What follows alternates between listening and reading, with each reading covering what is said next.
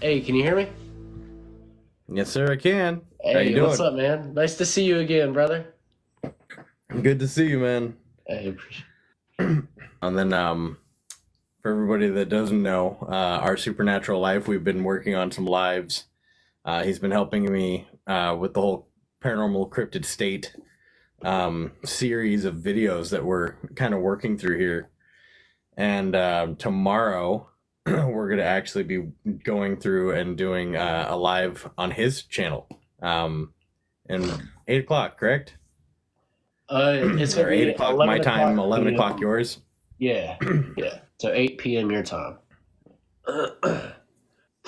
Gotcha. Man, these allergies are killing me right now. Jeez.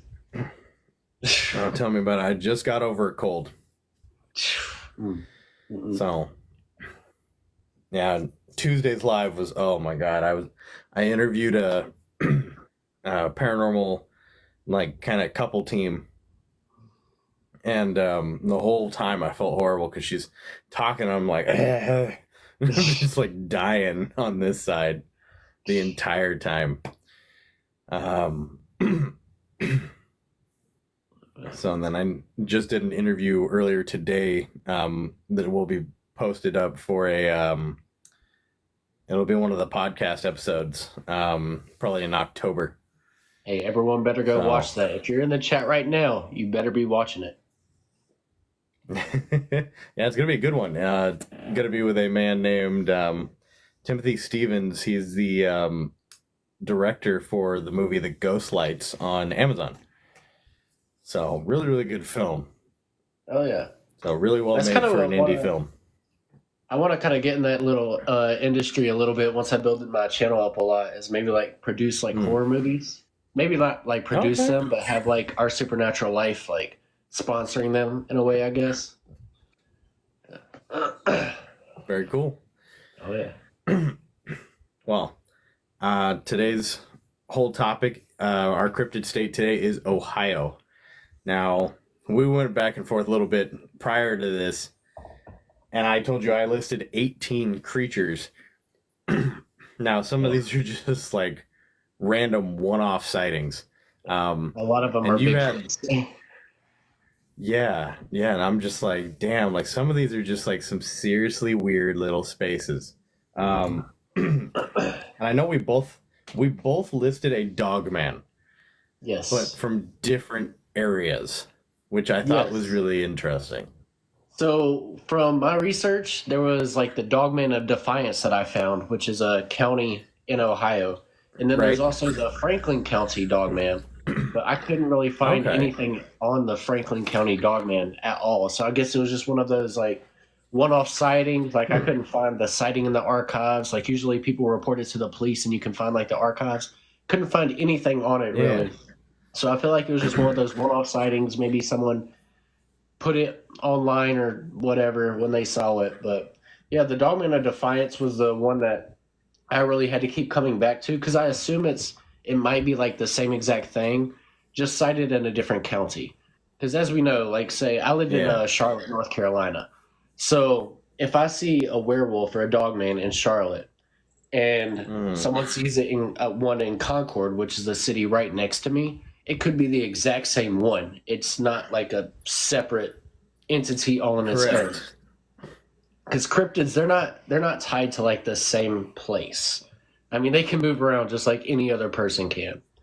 But so Correct. yeah, the Dogman of Defiance, it was cited in the summer of 1972, and it was pretty much described as like any other dogman there is: canine, humanoid, upright, you know. And Right. then one of the actually the most infamous sightings was July 25th of 1972, which is not actually the first Mm. sighting, but just one of the most infamous. And it was when a railroad worker named Ted Davis was working and noticed two huge hairy paws on the ground right in front of him. Imagining that. Like, that's got to Yeah. be some scary shit. Just working and you just see bam.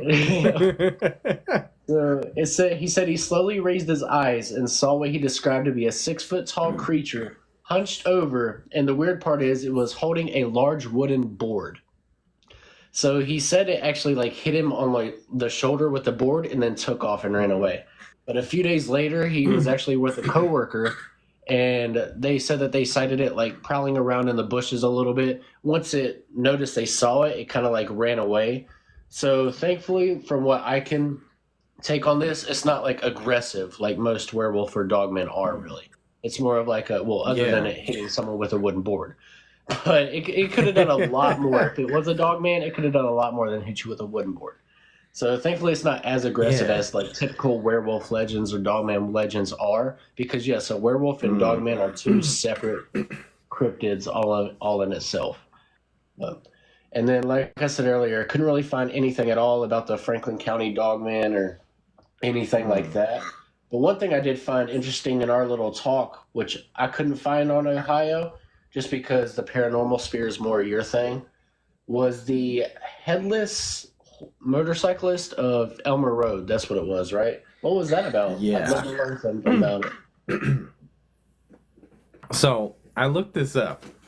So there's this the story, and it goes that this soldier, had like this whole emotional farewell with the woman that he loved, and he went to war, and when he came back, he made his way, sorry, down Elmore Road to where she lived, and he went in and he saw her in the window in the house, so she was in the same place that he basically had left her. He had gone in because this is old times, 1950, 60, where everybody left the doors unlocked.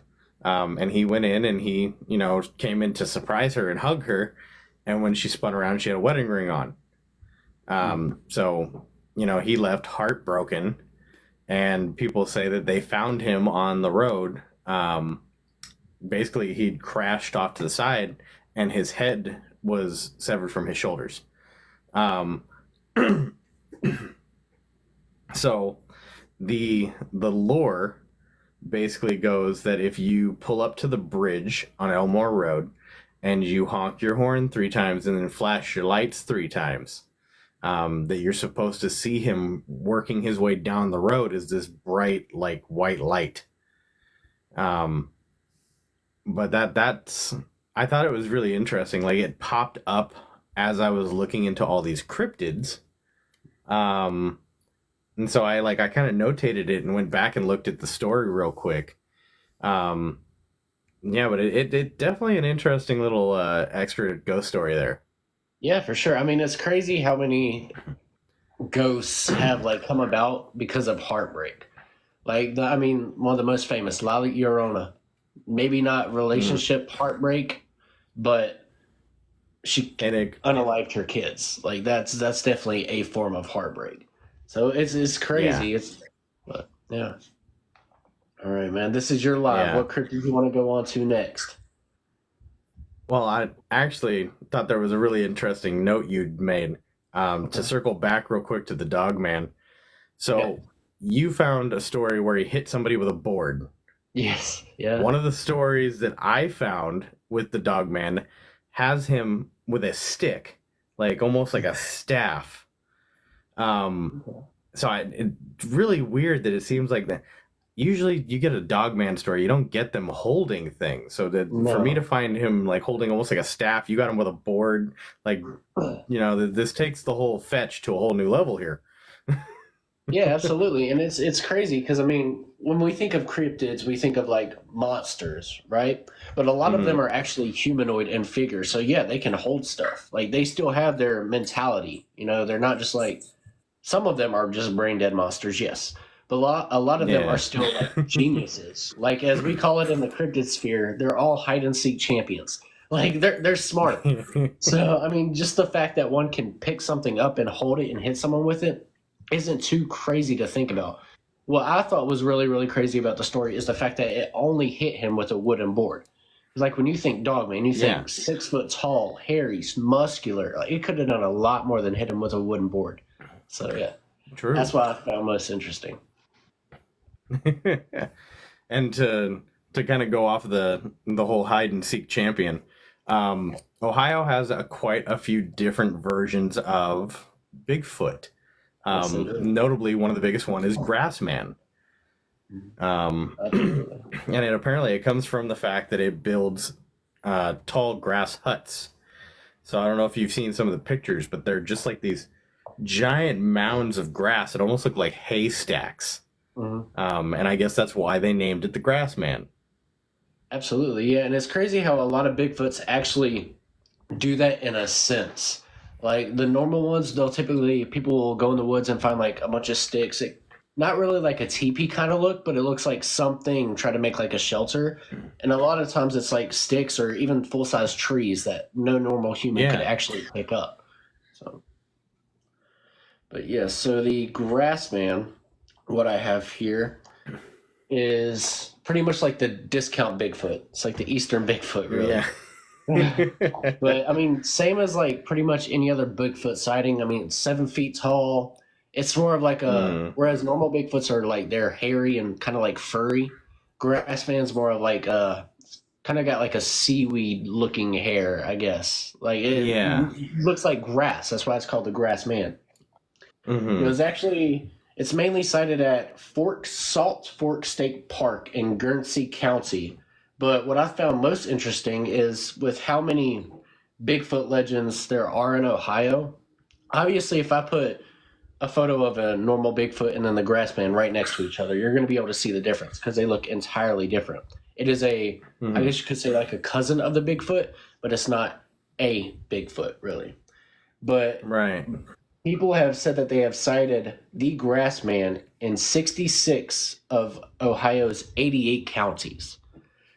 So it's definitely, that just goes back to the point we were making earlier is cryptids are not really tied to like one county, one state, one nothing. They can move around. Most of them have legs, but either way, they can move around. They're not just tied to one little thing. Which is actually why I'm so excited about the Mothman sighting Ohio had.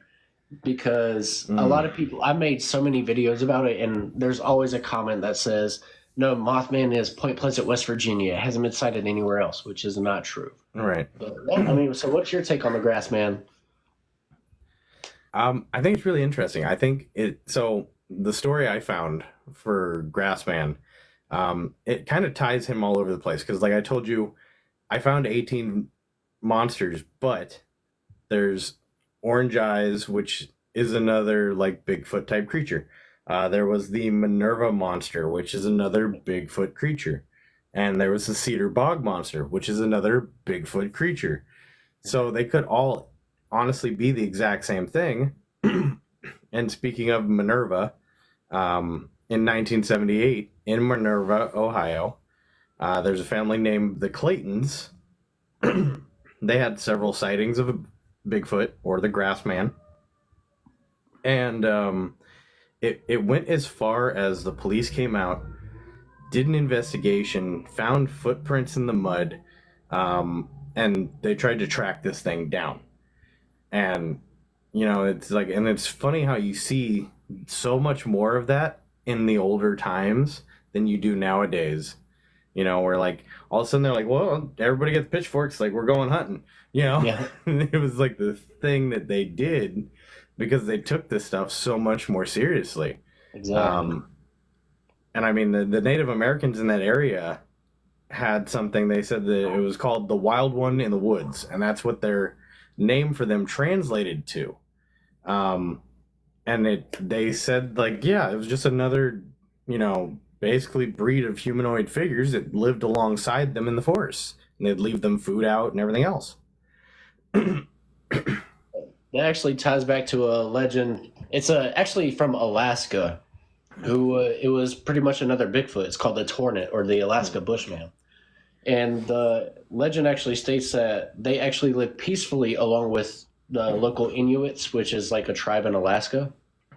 Until a young Tornit decided to go against like the rules and steal one of the Inuits' kayaks and actually damage the bottom of it.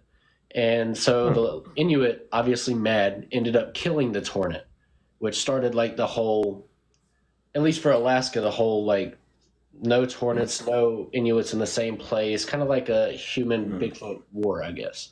So I mean, yeah, I mean, back then humans and like creatures could live. I mean, especially Bigfoot, because I feel Bigfoot is like a more peaceful kind of entity. Like it just wants to be left alone.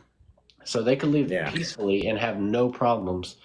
Whereas these days, I mean, everyone just wants to go out hunting for them and disturb them. And what I always tell people in my videos is, I mean, yeah, it's cool if you have the chance to go and see something. Yeah, you might get like some views, maybe some money, whatever. But all it takes is for one bad thing to happen, and you can never go back from that. Like that's true. why I personally don't really go out and search haunted places sometimes, or go out into the woods and try to search for cryptids. Because I'm about to have a kid now, so I got to focus on like Oh staying wow. alive, really. So, and Yeah. then I talk about games like we talked in our last live, like the Sarasarita game. I personally have never played it myself because, or like the Bloody Mary game, really. A lot of people think it's a joke, but there are stories saying that bad things have happened. And guess what? They could Hmm. not turn back around from those bad things happening. Like there's been people reporting that their friends have died. And so, I mean, yeah, you just got to be really, really careful. And I think people's main problem with it is a lot of people see a video and think they know everything about it instead of doing their own research. Like you have to know what you're Yeah. doing to be able to like be in this little sphere that we're in, like paranormal, supernatural, all that. True.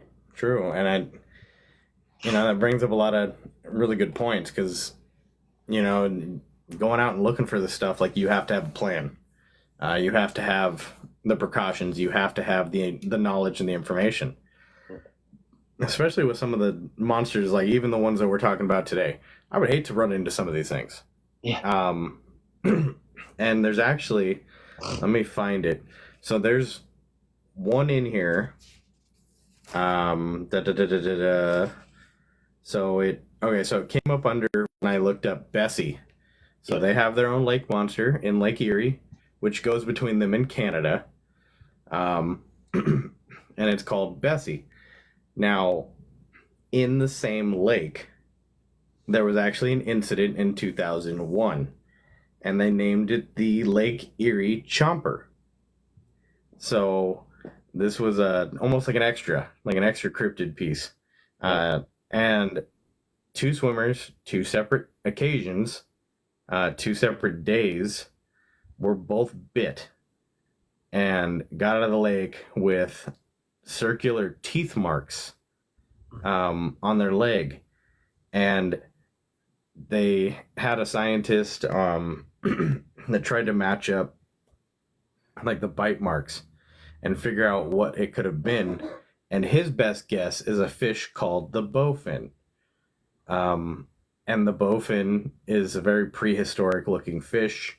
It can get to a decent size and it has a lot of teeth. um, and it almost, in a way, reminds me of, I don't know if you know what a tigerfish is. I do not know. So That's think all of right. a One Google piranha. search and I'll know. So Yeah, so think of a tigerfish. It looks like a piranha, supersized. Instead of a lot of little teeth, they have very large teeth. And a bowfin is kind of in between those two with the way its teeth are set. So they're more abundant like the piranha, but they're not as large as like the tigerfish. They're kind of in between. uh, Um, yeah, so I mean, both times it bit children. jeez. That's the crazy Yeah, thing about a so lot of cryptids too, is a lot of them go after minors. it's the same. Honestly, it's the same concept if you think about it. In the wild, a lot of animals will pick off the young of what they're hunting because they are these smaller, weaker, and easier to get. Absolutely. So So yeah, I as mean, long I as they're pretty looking much at us in that same way, yeah, I pretty much have like the same exact info on the Bessie. I mean, yeah, it's got different names like Great Snake of Lake Erie Monster, South Bay Bessie, or as I like to call it, Discount Nessie. No, yeah, but what's weird about this one is I mean, you think of a sea monster, obviously the first thing that comes to mind is Nessie. It looks like a plesiosaur, pretty much. But Correct. this one is actually described in a different way. It is mainly described as having like a dog-like head, large fins, and sometimes human-like arms. So that's like What's the up, Ghost weird. Bait? Oh, what's up, guys? What's up? Thank you. But yeah, I mean, that's the weird thing about this one is it's not really. I mean, the only thing it really is the same as Nessie is like its skin tone, I guess, and it has large fins. But like, what I found interesting was like the dog-like head and human-like arms. Because I mean, you think of a plesiosaur, then like kind of put it in Yeah. your mind, the dog-like head on top of it, and then human arms. Kind of a weird-looking little creature. Yeah, But and I I've mean, seen different ones where it's just like this menagerie of animals smashed together. yeah. Like this one seems to have some really weird descriptors. Oh yeah, absolutely. And then But its first oh, go ahead, man. Go sorry. ahead. It's your live. Go ahead. Its first sighting was 1793 in July. And I mean the sightings on this thing go from 1793 all the way to 1993. And to a point where they offered a $5,000 reward for this thing. It's crazy to So think too. I'm sure it you've was got more detail.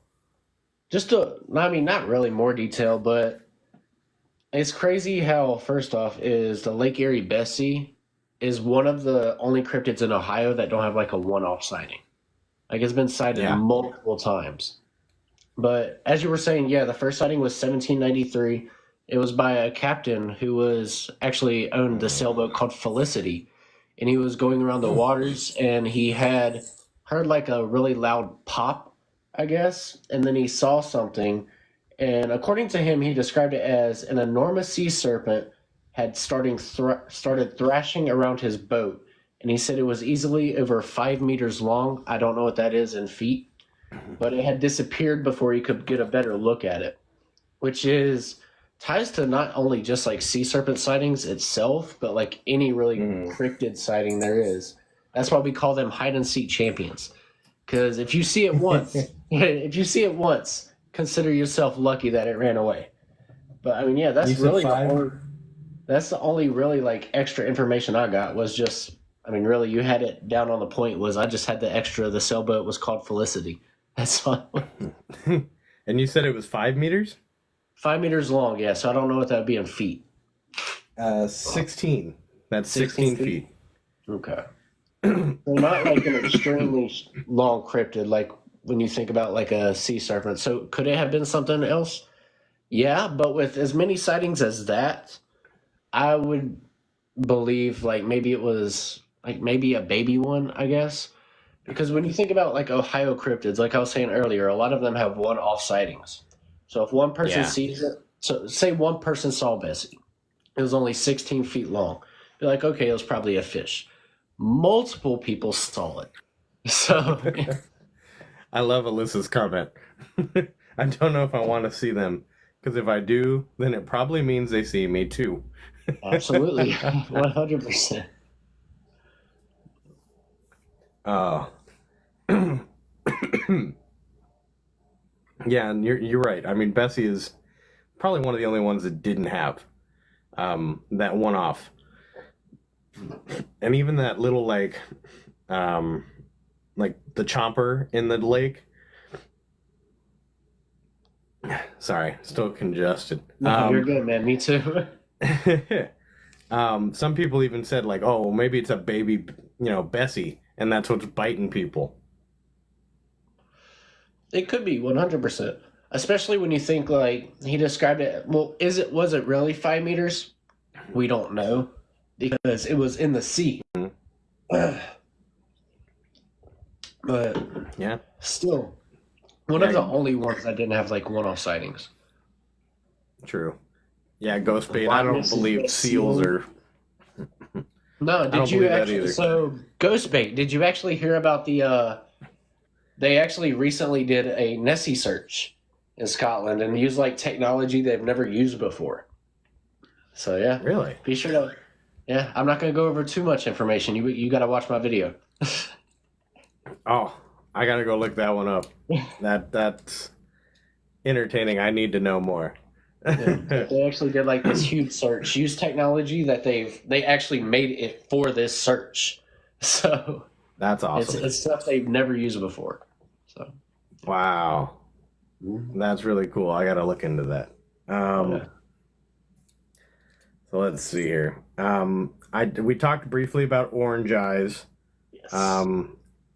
So that was seen by some teens on Lover's Lane, March 28, 1959, and they supposedly were attacked by this orange eyes, which could very well just be another grassman sighting. Absolutely, yeah. Other than, I mean, the orange eyes really is what it doesn't really deter me from Grassman because it could have been multiple things. It could have been their fear. It could have been like a light flare. It could have been really anything. But yeah, it's said to live under the Riverside Cemetery, but but then they did like a bunch of construction to that site, so it ended up having to actually move near Mill Lake. And I mean, just like pretty much any other Bigfoot legend, a lot of people actually think that they're extraterrestrial. But yeah, just because I don't really know why. I personally don't believe that. I just think there are different species that have not been discovered yet. Like that's the whole point of a cryptid. But who am I to judge someone else's belief? But the reason they believe that about orange eyes in particular is because every time orange eyes is sighted, there was actually UFO sightings not too long prior to that. So that's why a lot of people actually believe that it's some sort of like extraterrestrial being in and of itself. But I mean, other than that, just like your typical Sasquatch, I mean, Ohio has a lot of them. They got orange eyes, they got grassman, they have just Bigfoot in general that's been sighted in like 4 different places. They got the cedar bog monster, which is another kind of Bigfoot. So Ohio is if you want to see a Bigfoot, you got a lot of chances in Ohio. Just pretty much walk out your door. For real. Like, so they've got so many monsters out there. I just kept finding them. This next one, and this is something else I noticed. A lot of these, they have a lot of sightings that go straight into newspaper articles. Yep. So like the Crosswick snake monster was in the Western Star article in 1882. May 29th, full articles, colored. They said that it had 4 legs, tried to eat a child. And this was back in the day. They had like almost like a colored living area. And they said 60 adults, 60 people got together and hunt this thing down, because they said the story is that he basically jumped a child, grabbed it, wrapped its arms and legs around it, which is funny because they call it a snake monster, but it honestly sounds like a monitor lizard or large, like, what is it? I forget what the hell it's called. The dragon, Komodo dragon. Oh, yeah. Okay. Which also used to be a cryptid for all you non-believers out there. Yes, it was for quite some time. So it says that it basically dragged it back to this tree, and before it could drag it in underneath the stump of the tree, they were able to basically wrestle the kid free. Oh yeah, that's one thing I found. 60 adults. Sorry. No, you're good, man. I was just piggybacking off of what you said. Like, I saw multiple different descriptions of it, really. Some said it was like a giant snake. Some said it was a lizard. I actually did a lot of research onto this one just because it was so interesting to me. So it has only actually been sighted once, or maybe a couple times, unreported, on May 29th of 1882 in Waynesville, Ohio, where 2 boys stated they were attacked by a vicious 12 to 14 foot long lizard or snake, and it was eventually chased away by other men in their village. Like you were saying, they formed that little hunting party. And then I actually did a little explanation for myself on here, because a lot of theorists believe it could have been an overgrown snake, but according to the records I was looking at that time, the snakes in that area had all disappeared, other than the usual black snakes, which we know they can grow long, but not 12 to 14 feet long. Right. Garter snakes and rattlesnakes. Now, if it was like a rattlesnake, obviously it would be very discernible seeing the rattle on. Yeah. I mean, tail, I guess. So that's what really makes this cryptid a little bit weird is not only the fact that there's multiple different descriptions, like it could be an overgrown lizard or it could be an overgrown snake, but the fact that even if it is like an overgrown snake, it still could be considered a cryptid, like a snake species that has not been discovered yet. Especially since most of the snakes had disappeared around that area during that time. So for sure, it was interesting for sure. So that actually relates directly to I don't know if you found this one, the peninsula python. Yes. So I know how you love your snakes. Yep, Bigfoot and snakes. Go to Ohio. I got you. I mean, as you were saying, it's like a 20-foot long python, and I think the scariest thing about this, I don't like snakes. I'm not a fan of them at all. Like if it's a 2-foot snake, I don't care. I don't want it near me. But people actually saw tracks of the peninsula python that were as wide as truck tires, which they don't seem that big because people see trucks every day. But it's pretty much a snake like this wide. You can't even see my hands in the video. That's how wide they are. So it's crazy. Yeah, and to have a snake that long, like width-wise, it would have to be massive and probably well beyond 20 feet. Now, if it had just eaten, that could, kind of give that mass to it for that thickness. But yeah, like you said, it left tracks through the brush and the weeds and the tall grass. And that's insane for something to be that heavy to be able to leave that trail. Yeah, and the craziest thing about it too is when you think of python, you don't think of Ohio.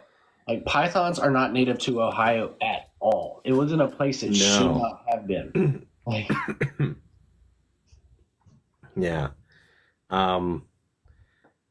And then let's see, the next one I have here is the mud mermaids. I thought this was a very interesting. Thank you, Kirstall. I thought that this was a very interesting one. 1894, Cincinnati Enquirer. Again, it's in newspapers. And an Enquirer reporter saw a pair of creatures that they called mud mermaids. Also seen in Indiana, reported in Pennsylvania's newspaper in 1839 as being 4 feet, covered in a chestnut-colored hair with yellow skin, webbed feet that swim and run fast. Now, this almost sounds like some kind of, I almost want to say upright toad creature. Yep. And I thought it was interesting. They called it a mermaid. Yeah, absolutely. So it's not like your typical mermaid. It doesn't have fins as like a tail, I guess. It actually does have all four limbs, like 2 legs, 2 arms, like almost like a lizard, really. And all 4 of them have webbed feet. So it is pretty weird that they call it a mermaid itself. They might have done that just because maybe it has like the facial appearance of a mermaid. But yeah, that's what I found interesting about it as well is they called it a mermaid, but it doesn't have like the typical characteristics that we think of when we think of mermaid. It has 4 limbs, not 2 limbs and like a tail. But I mean, yeah, you pretty much got the same exact stuff I did. It's been cited since 1839, headlined multiple newspapers, and they're said to reside in the muddy banks of the Ohio River, which actually a lot of cryptids that I've seen today are typically around the Ohio River itself, which actually moves through Indiana as well, which we will talk about a cryptid who is mainly cited in Indiana, but because of the Ohio River, it's also cited in Ohio, known as the green-clawed monster. Yes, I came across the green-clawed monster too. And I thought it was funny because one of the first things I find is the fact that they make so many jokes about the fact that the Ohio River is so dirty. Yep. And people are like, you can come out of there with a 3rd arm, extra eye, grow a limb, it's like they make all these jokes about it, and then people still go swimming in it, and are attacked by this monster. The one story I got that I cited or found to cite was about a girl that kept getting pulled underwater over and over and over again by this thing. or what they assumed to be this thing. I didn't find anything that actually had a whole lot of sightings to it. Not really. I mean, it's one of those. I think mainly because we were looking for Ohio, really. Like if we would have looked up, because it's mainly cited in Evansville, Indiana. So if we looked up green clawed monster, Evansville, Indiana, I'm sure there's going to be a lot more sightings. But we're sticking to Ohio right now. So Ohio has only had like one-off sightings with the green clawed monster. But the first sighting in Ohio was the summer of 1955 when someone said they saw a 6 foot tall humanoid creature and with green scales and green claws. I mean, hence the name, green clawed monster. And right. I mean, it's another one of those cryptids that actually target minors, as you were saying, that one sighting they had, just because they're easier targets, really. Yeah. Yeah, and it seems like a cursed doll. Apparently, they're from Indiana, so they know the green clawed monster. Absolutely. How funny! Absolutely. And that's hilarious. So I also had sent you the Octoman of Ohio. Yes. You're gonna have to tell me about this. Is a weird one. Too much. This is a really, really weird one. Seen on one cold night, January 1959. Seen in Cincinnati, was in the Cincinnati Post and on the Times Stars in articles where they put, "What is it?" Yeah. Again, one sighting, 2 newspapers. Yeah. So I don't know. Maybe they just don't have enough going on. So it says it has 2 legs. I'm from Ohio. I haven't heard anything about these stories. Then again, Youngstown isn't very exciting. You were in your own little lucky corner. Is what I always tell people.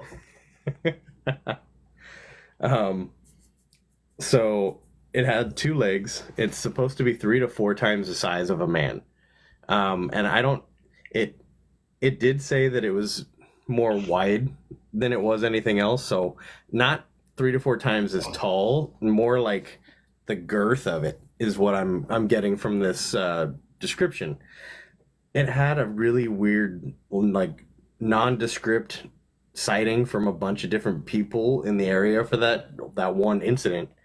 And one woman said that it was gray in color. Said it had a bald head that had like fat rolls, looked really slimy, and had tentacles coming down from the head.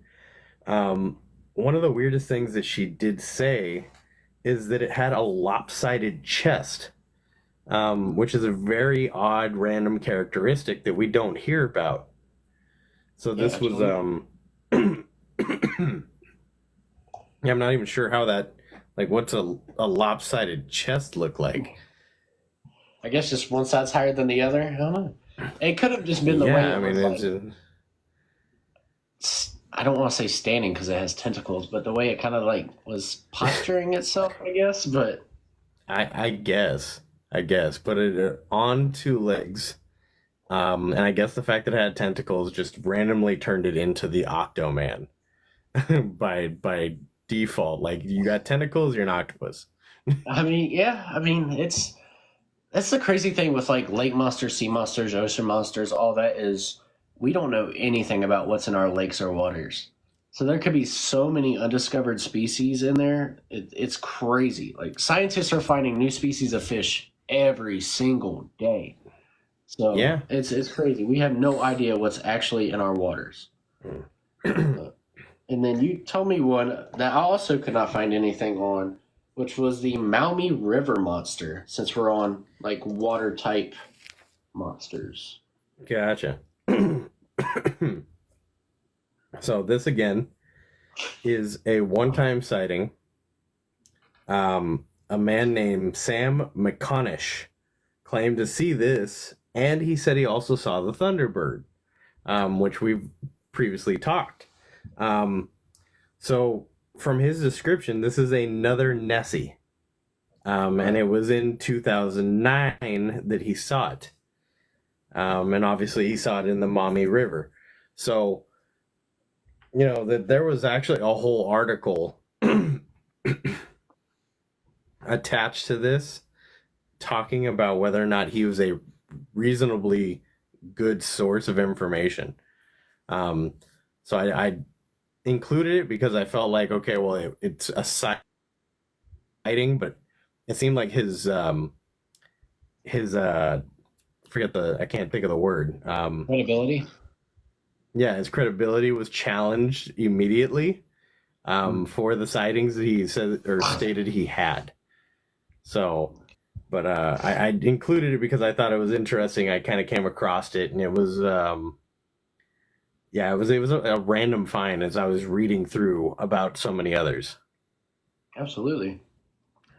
And then, I mean, back to the whole credibility thing too is like I did for the snake. There's one called the Charles Mill monster, which was first sighted in 1959. Huge, armless, humanoid, luminous green eyes, large webbed feet, just like any really typical sea monster that we talk about. Right, And there's only been 2 sightings ever of this entity. One of the most infamous was on March 28th of that same year, 1959, by 3 teens, Denny Patterson, Wayne Armstrong, and Michael Lane, who said they ran into the beast and then took off.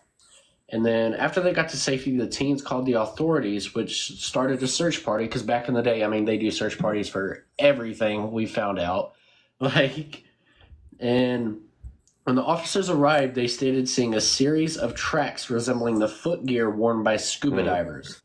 So my first thing Yeah, I was did see to that. yeah, my Thanks, first thing Nick. was to my first instinct was like, okay, well, what if it was a scuba diver and they had left those tracks? So I did some more digging, and I found out that scuba divers obviously they go really, really deep.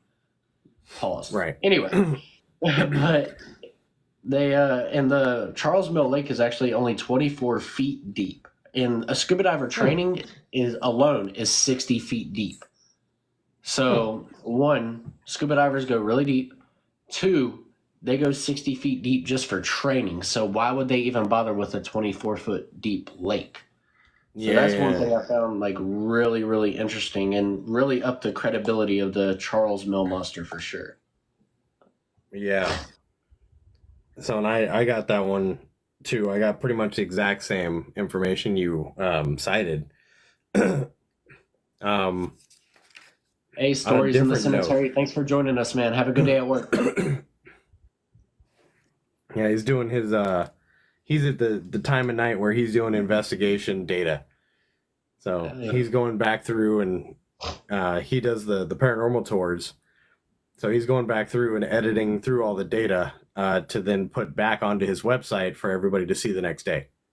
Oh, yeah? Okay. Heck yeah. Yeah. Staying on the grind. I like it. I respect it. um, so here's one that I think is probably the most credible, and honestly kind of pushes away from that cryptid category into like the actual truth. So this is called the melon heads. Yep. So the melon heads, um, from everything I've seen, is there's all these stories about a man named Crow, and he set up shop in a shack in the woods, and the government sent him all of these children with a condition called hydrocephalus. Um, and this makes your head swell because there's water around your brain, and it's horribly uncomfortable and painful. Um, so there's a few different versions of this.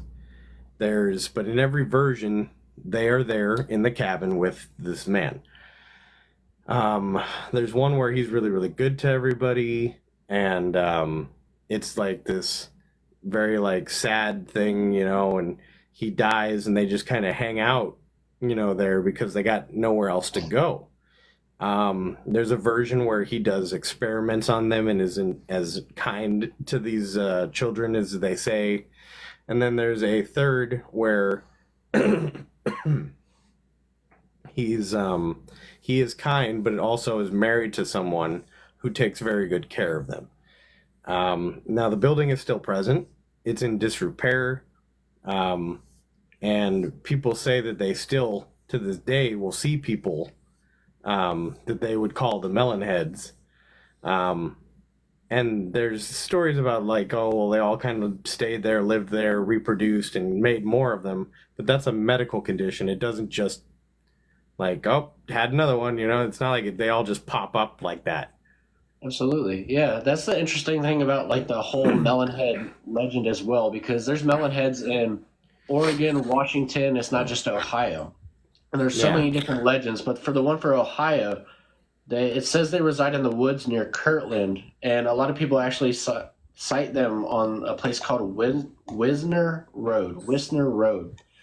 But there's multiple different legends, like you said. There was one where they were part of a mad scientist lab. I mean, there's one where they actually do have the disease called hydrocephalus, and then there's some where they resort to cannibalism, and that their head is shaped that way because of inbreeding. So, I mean, there's Yeah. multiple different legends. It's hard to really like tie a certain different legend on it. But yeah, 100% hydrocephalus is an actual disease. It could be just children with hydrocephalus, 100%. And they could be Yeah. resorting to cannibalism just because, I mean, maybe it's all they know. We don't know the extent of how they were actually treated while living in the shack with that person. So he could have Yeah. treated them nicely. It could have been like a mad scientist kind of lab. So yeah, 100%. Melonheads is definitely one of those ones where the credibility is 100% there because they do have potentially they do have an actual disease that is scientifically Yeah. discovered as hydrocephalus. And I mean the cannibalism they could be resorting to because all that water's in their head. It could be pushing on like nerves. It could be there's so many things that the brain does. We don't know what's going on in their head. So 100%, yeah. Yeah, and I thought that this made for a really interesting story, especially because of the fact that like this is supposed to be right after World War II, so it's not honestly that far back, and it's far enough back to where you either would have some of these individuals maybe kind of still around, if not the next generation would be about ready to go. So it was definitely an interesting story, to say the least, and I thought it was. Yeah, I thought it was interesting because and some of them even say small humanoids with big heads. So I mean, it almost borderlines into like that alien space for the Yeah. way they kind of talked about it. Absolutely. And I mean, even just the way they're described in general, it definitely screams like alien-esque, I guess. Like Yeah, the big head, the sometimes elongated necks, the smaller stature. Because a lot of people, when they think aliens, they think like there's these really, really tall human beings. A lot of sightings of them, they're not actually that tall, really. They're like, I true. mean, so So let's see the next one here. What do you think, and what have you found surrounding the Loveland frog? So ooh. this is probably one of their most popular ones, but it's one of the weirdest, honestly. Yeah, absolutely. So going from keeping it with small cryptids, I like it. So it's described as being like 4 foot tall, obviously bipedal frog, hence the name, and it has green slimy skin just like a frog. And it was sighted in the marshes along the Little Miami River near Loveland since 1955. Thankfully, I mean, just like most cryptids we've talked, well, a lot of the cryptids we've talked about tonight, it hasn't been reported actually attacking anyone. Does that mean it hasn't? No, it just hasn't been reported. But what I like about this one is the police themselves actually called up and said that they saw it. It wasn't just someone like walking Yeah. along the road. And they cited it in 1972, where they stated seeing an animal matching the appearance of a humanoid frog, but it escaped before they could get a closer look. So back to the hide and seek champions, man. But I think it really like when it comes to like police or military, it really just like ups the credibility of a cryptid. Because you know, if Yeah. the police come out and say that, it's going to hurt their job. It's been reported multiple times where police officers will say they saw something and it actually does affect their job. So Yeah. but that No, I that thought ups it the was credibility. interesting. Yeah, and it's actually one of like I the thought it was most interesting cited. in 20. Yeah, so which is hilarious because in 2016, a retired cop who was working that time period said that shortly after the sighting of the Loveland frog in 1972, that he had actually shot and killed a large tailless iguana. Which, like, and I've seen like the side by side of like an iguana with the frog that they, say, and it's basically just a big frog standing on its back legs. Yeah. And I thought it was interesting because it's like you chop the tail off. I'm like, yeah, I guess it kind of would look like a frog. Absolutely. But yeah, they can get to 4 feet tall. Like that's not none of that's far off. But does it mention that the Loveland frog was upright? Like, does it mention that in the sightings that it's upright, or was it on all fours? It typically says it's bipedal, yeah. But so that's the. What I think about it is like a police officer. They are like me. I was in the military, so I can at least talk about this standpoint. Is we're trained to pretty much know our surroundings, be aware of your surroundings. Pretty much, a police officer is trained the exact same way. So if a police officer says that they saw like a bipedal frog, they probably, I'm going to say probably because I can't be certain, they probably did because you're trained in those situations to keep your mind clear. But as you were saying, side by side between like a tailless iguana and then the Loveland frogman, they do look pretty similar. So could it have been just a case of mistaken identity? 100%. But it just upset credibility knowing that it came from police officers, not just once, but a few times. So yeah, and I mean the biggest hole in the whole theory is the fact that I don't know any iguana that stands upright. Yeah. I know there's I think it's a monitor, type of monitor lizard that actually runs. So it'll kind of like stand up and run on its back legs. But it's pretty characteristic because it just has like this floppy, like, and it's pretty funny to watch actually. I think I've seen some like TikTok clips. Yeah. So, but obviously we don't have those kinds of creatures out in this area. So, and they don't get that big. So it's that was definitely an interesting one. I think we've hit every single one except for this is the last one. Or no, there's 2 more.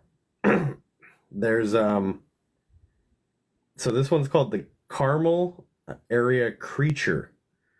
Now, I had to get the picture for this. So I'm gonna figure out how to do this.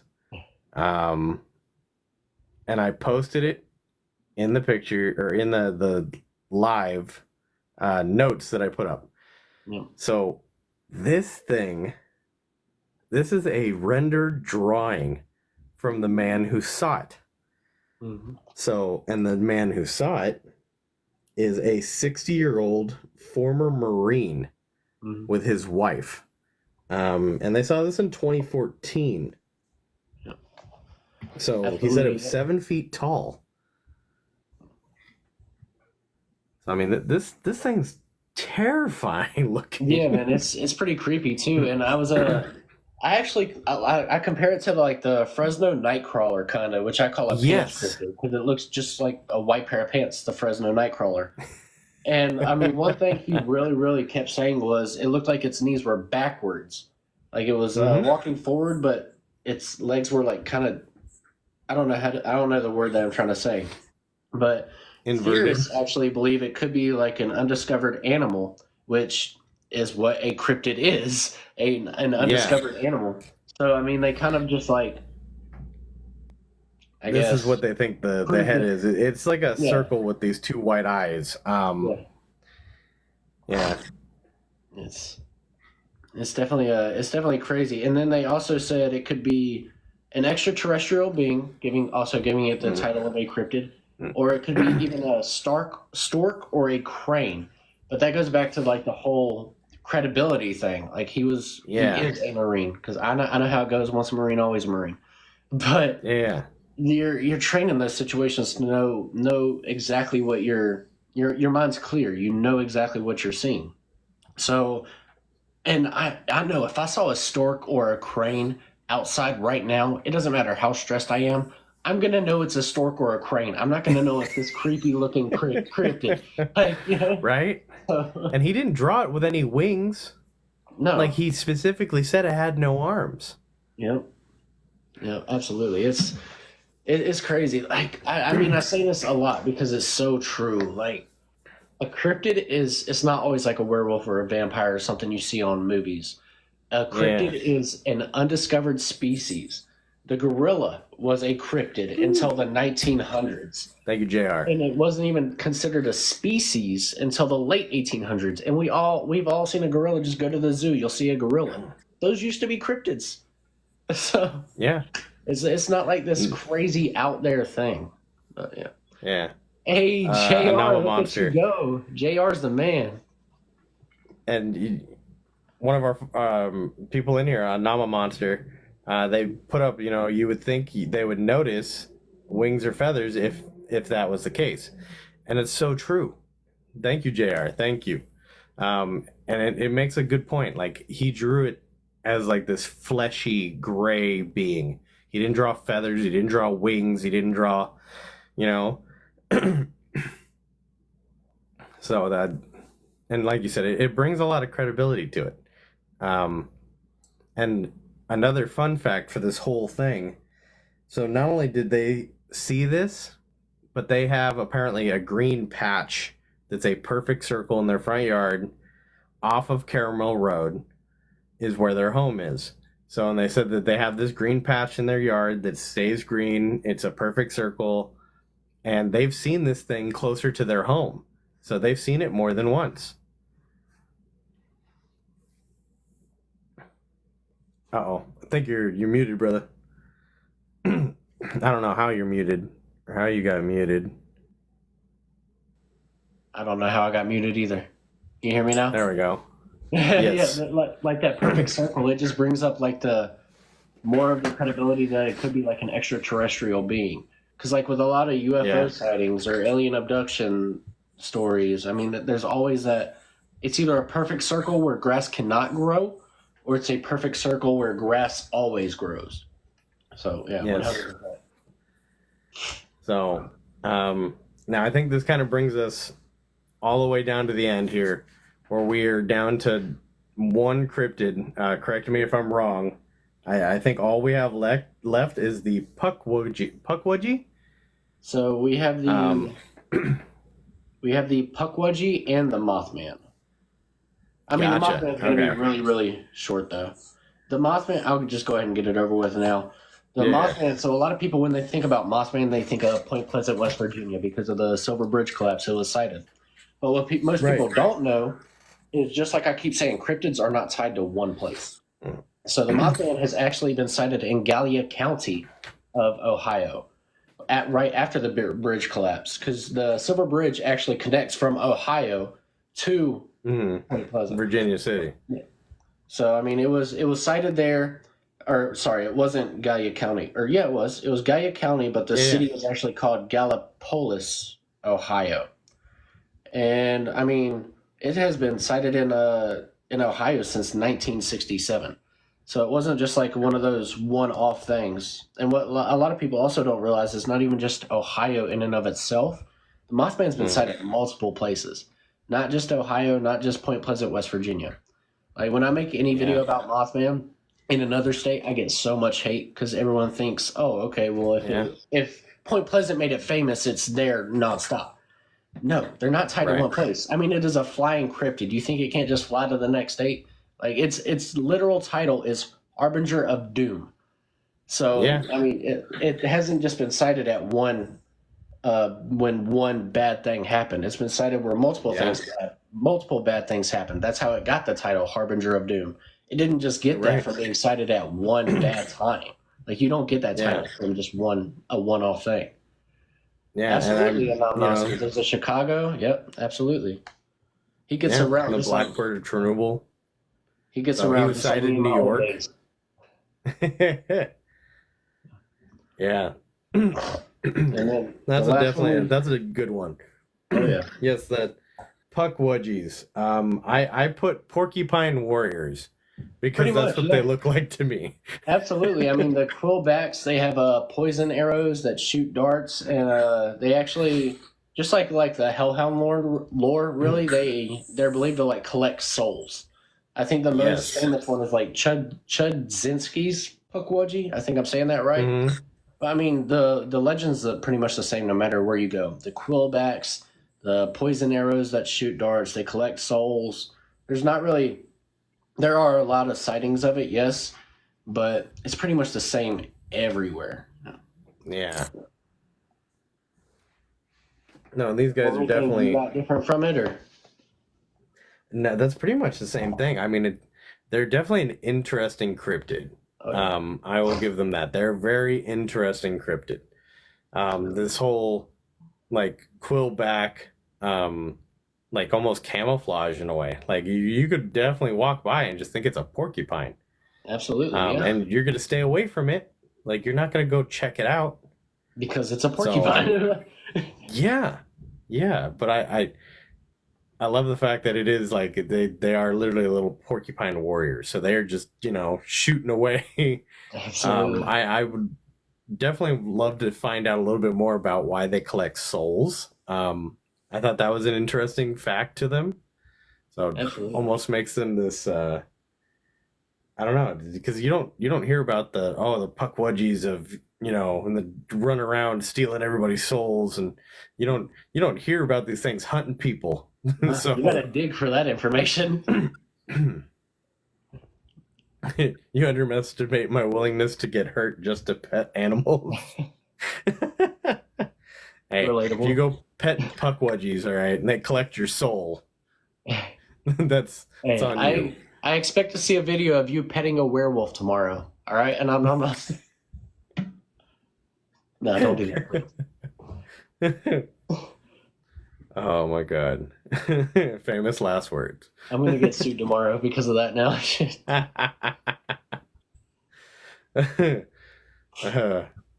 They said deal. We're gonna need a full update now.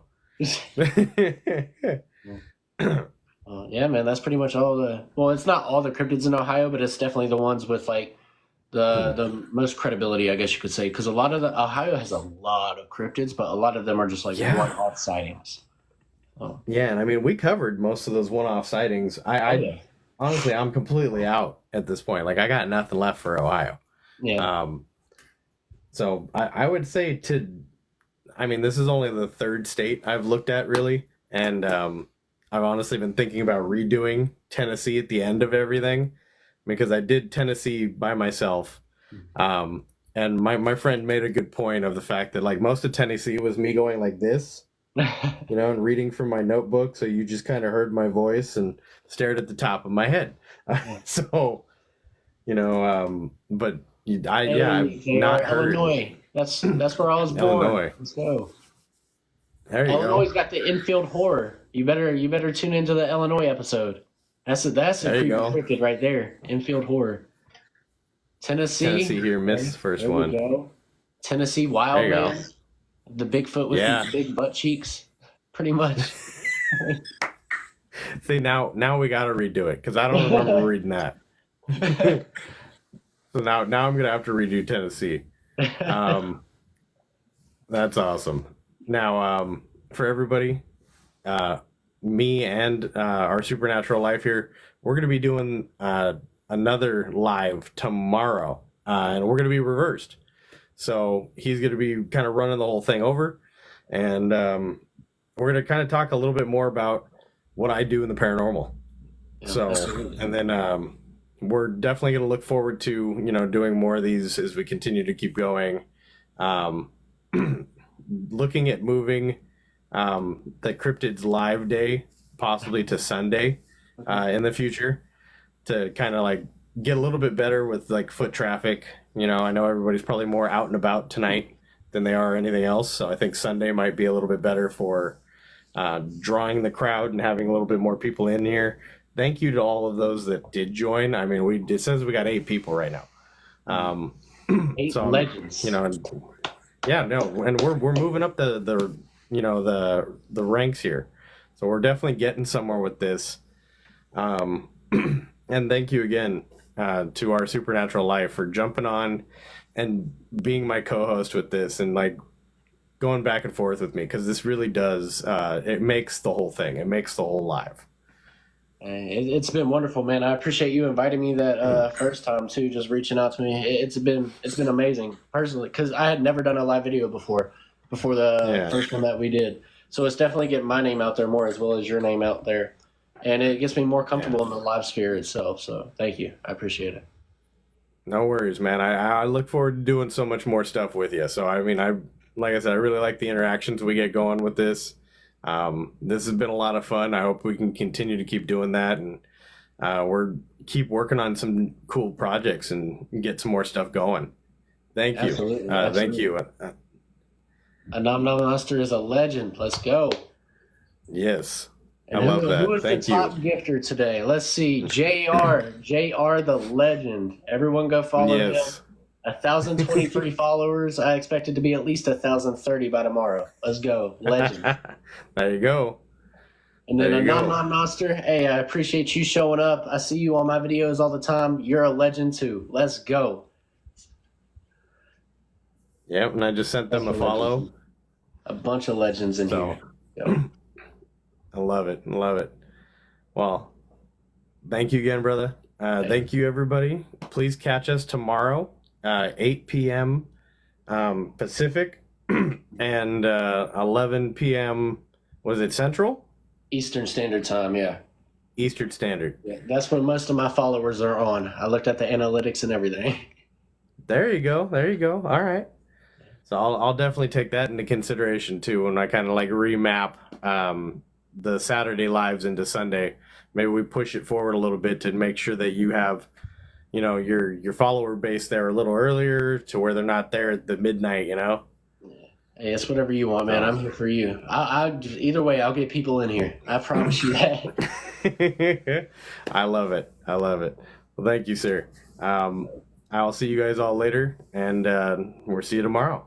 Yes. Hey, thank you so much. Y'all have a great day. All right. All you legends in the chat, thank y'all for tuning in. Tune in tomorrow. Yes. Thank you guys. See you all tomorrow.